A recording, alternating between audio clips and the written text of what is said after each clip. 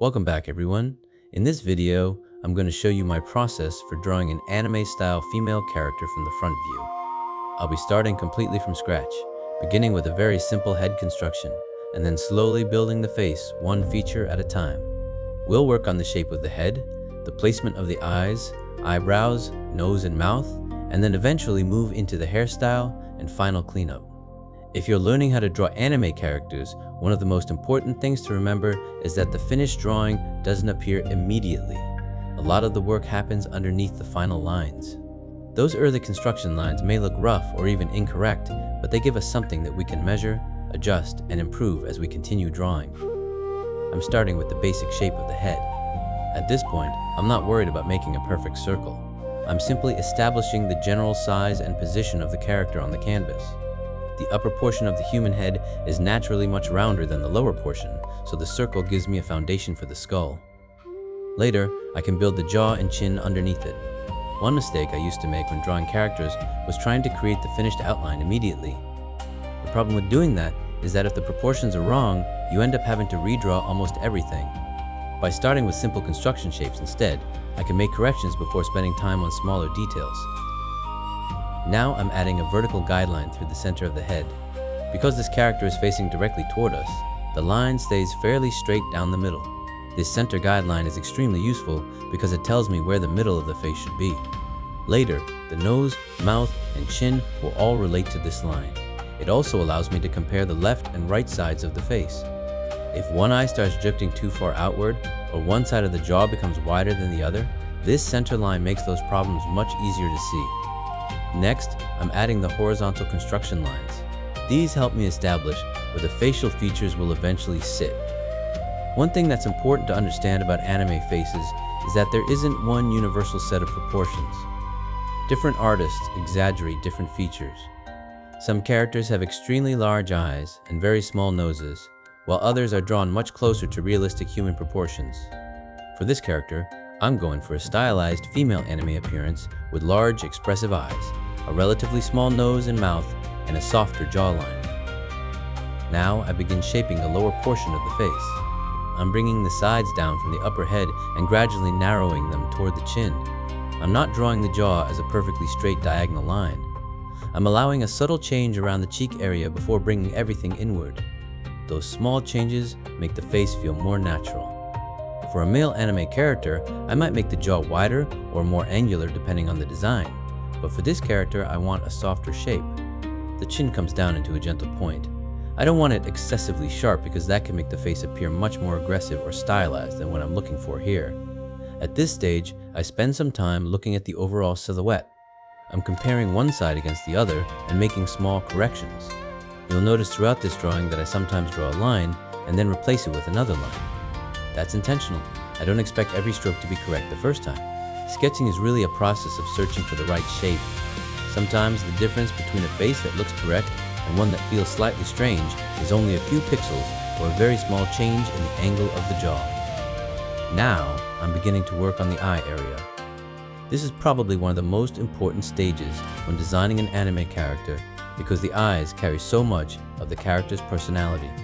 Before drawing all of the eyelashes, pupils, and highlights, I'm concentrating on the overall eye shapes and their placement. I'm using my horizontal guideline to help keep them at approximately the same height. I'm also watching the distance between them. If the eyes are placed too close together, the center of the face becomes crowded. If they're placed too far apart, the character can begin looking unusual. A common guideline is to imagine approximately another eye fitting into the space between the two eyes. That's not a strict rule, especially with anime artwork, but it's a useful starting point. From there, you can exaggerate the proportions depending on the style you want. For this character, I'm making the eyes larger than realistic human eyes because I want that recognizable anime appearance. Large eyes also give me more room later for the iris, pupil, highlights, and other details. I begin developing the upper eyelids.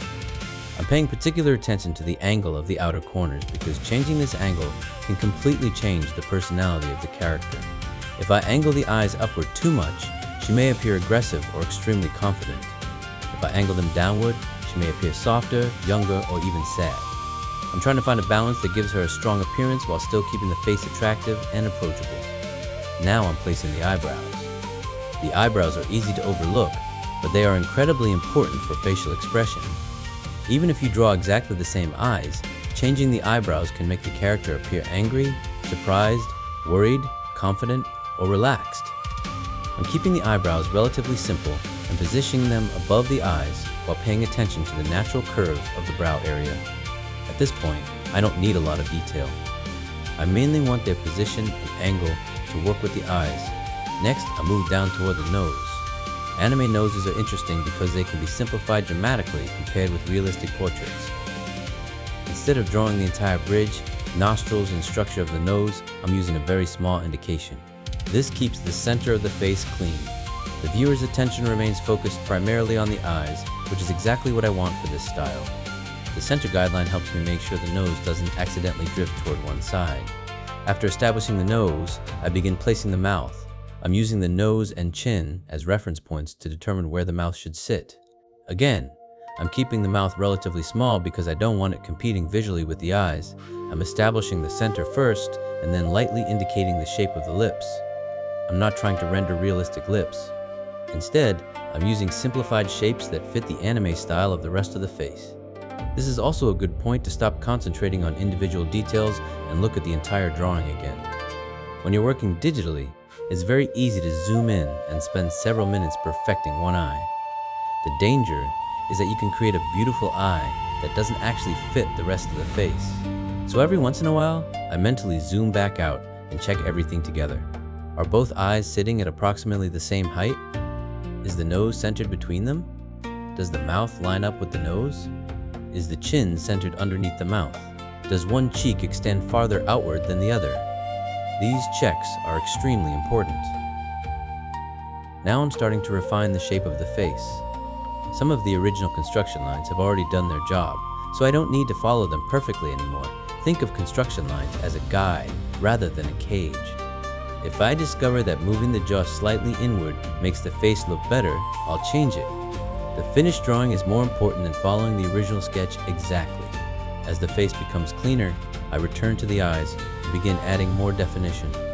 I'm strengthening the upper eyelid and adding the eyelashes. For this particular character, I'm making the upper lash line noticeably darker and heavier than the lower portion of the eye.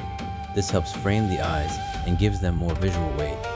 It also creates a more feminine appearance without requiring a lot of additional detail. Now I'm working inside the eyes. I'm placing the irises and checking their position carefully. The direction of the pupils and irises determines where the character appears to be looking. Even if everything else on the face is perfectly symmetrical, if one pupil is pointing in a slightly different direction, the viewer will notice it immediately. So I spend some time adjusting these shapes until both eyes appear to be looking in the same direction. The size of the iris also makes a major difference.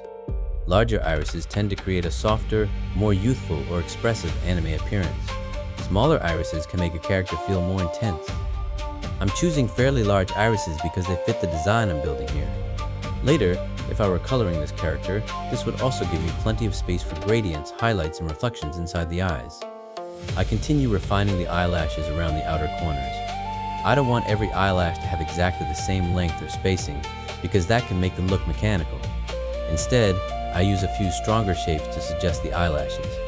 This is another place where simplification works better than trying to draw every individual hair. At this point, the face is beginning to look much more complete.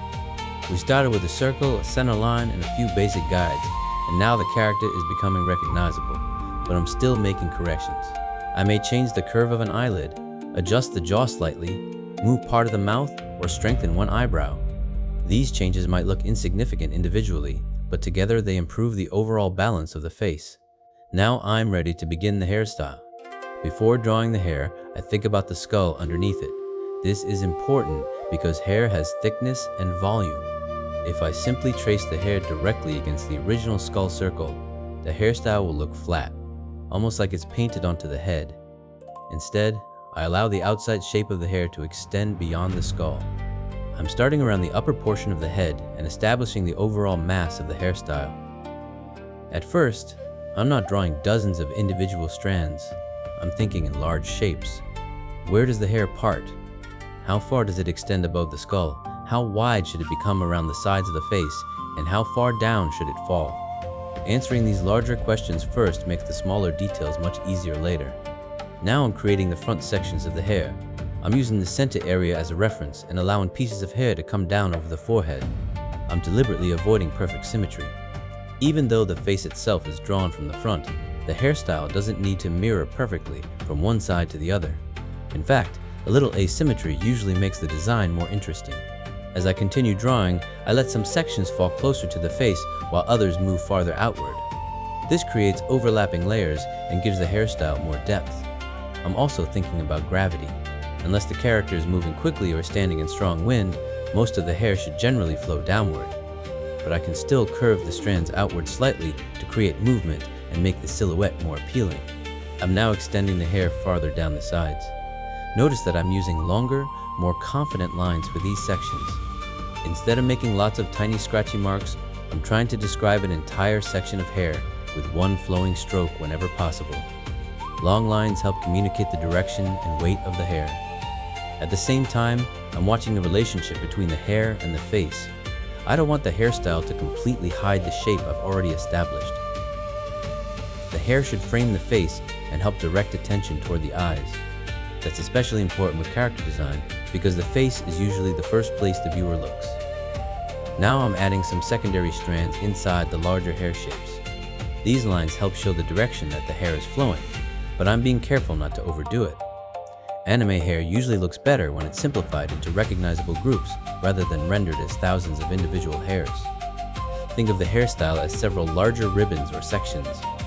Once those larger sections work, a few smaller lines can suggest texture. I'm also checking the top of the hairstyle again. One common mistake when drawing hair is making the skull appear too small because the hair hugs the head too tightly. Another mistake is going too far in the opposite direction and making the hair look like a giant helmet. So I'm looking for a comfortable amount of volume above the skull. As the hairstyle develops, I continue making adjustments to the silhouette. Silhouette is something I think about a lot when designing characters. If you filled the entire character with solid black and removed all of the interior details, would the hairstyle still have an interesting shape? Would you still recognize something about the character? Strong silhouettes make character designs easier to recognize. I'm now reaching the cleanup portion of this front view. I look at the face and hair together instead of treating them as separate drawings. I check whether the hairstyle feels balanced around the head. I check whether any strands create awkward tangents against the jaw or eyes. I also make sure the hair doesn't accidentally make one side of the head look much larger than the other unless that's intentionally part of the design. Then I return once again to the facial features. This might seem repetitive, but that's part of my process.